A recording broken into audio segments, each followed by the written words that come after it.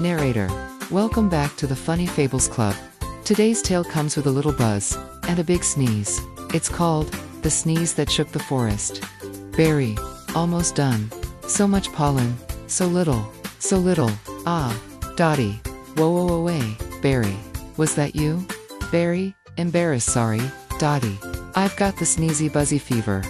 Dottie. The what now? Berry. It's when a bee sneezes and loses all their pollen. Look.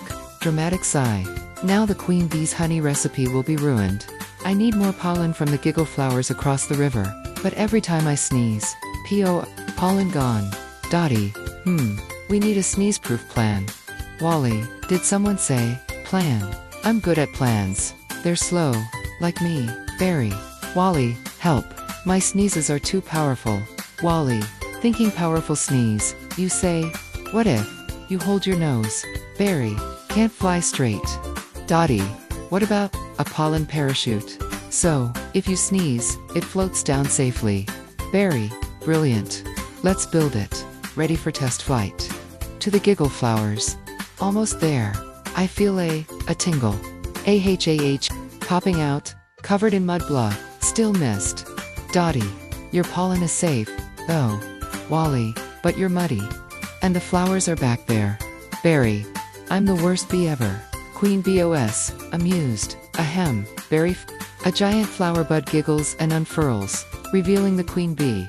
She looks at the glowing flowers in awe. Queen bee. The sleepy snapdragons. I have been waiting all season for them to bloom. She turns to Berry. Delighted. That sneeze. That was you, wasn't it? Your mighty sneeze woke them up.